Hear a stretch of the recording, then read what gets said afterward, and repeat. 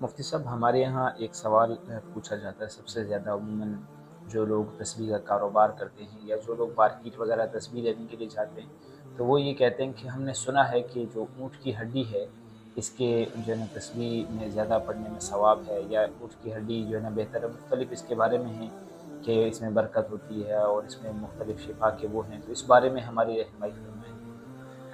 دیکھیں، یہ معاشرے میں کچھ چیزیں ایسی پھیلا دی جاتی ہیں جس کا شریعت سے کوئی تعلق نہیں ہوتا، اور یہ تو عمومی طور پر دیکھا گیا ہے کہ خصوصاً قربانی کے ایام میں جہاں اونٹ ذبح ہو رہا ہوتا ہے تو لوگ ذبح کرنے والے اس شخص سے مختلف قسم کی فرمائش کر رہے ہوتے ہیں کہ فلاں ہڈی میرے لیے رکھ لینا، فلاں ہڈی میرے لیے رکھ لینا۔ اس میں پھر وہ ان کا عقیدہ یہ بھی ہوتا ہے کہ اگر اونٹ کی جو ہڈی ہے وہ گھر میں رکھ دی جائے تو اس گھر میں جادو نہیں ہوتا ہے، یا اور بلائیں اور جو اور مصائب اور مشکلات نہیں آتے ہیں۔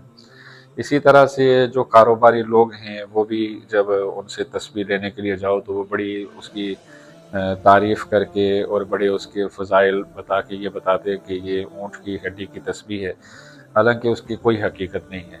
اونٹ کی ہڈی کے اندر کوئی ایسی خصوصیت نہیں ہے کہ گھر میں رکھنے کی وجہ سے اس گھر پہ جادو نہ ہو یا مصائب اور مشکلات نہ آئیں، یا اسی طرح سے اونٹ کی جو ہڈی ہے اس کی بنی ہوئی تسبیح میں بھی کوئی خصوصیت نہیں ہے۔ جناب رسول اللہ صلی اللہ علیہ وآلہ وسلم نے ہمیں جو ذکر و اذکار بتائے ہیں انہی کے پنے کے اندر اللہ نے خیریں بھی رکھی ہیں، برکتیں بھی رکھی ہیں، گھر کے اندر بھی خیریں آئی ہیں۔ اور اسی طرح سے جو جادو ہے اس کے لیے بھی نبی علیہ السلام نے بھی ہمیں بتایا ہے کہ قرآن کی جو آخری 2 صورتیں ہیں جس کو معوذتین کہا جاتا ہے، قل اعوذ برب الفلق اور قل اعوذ برب الناس، ان کی تلاوت کی جائے، اور قرآن کے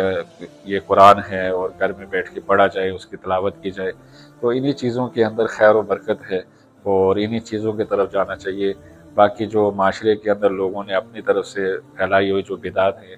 ان کو چھوڑنا چاہیے، اور کسی بھی طرح انسان کا یہ عقیدہ نہیں ہونا چاہیے کہ اونٹ کی جو ہڈی ہے اس کو گھر میں رکھنے کی وجہ سے خیریں آتی ہیں، برکتیں آتی ہیں،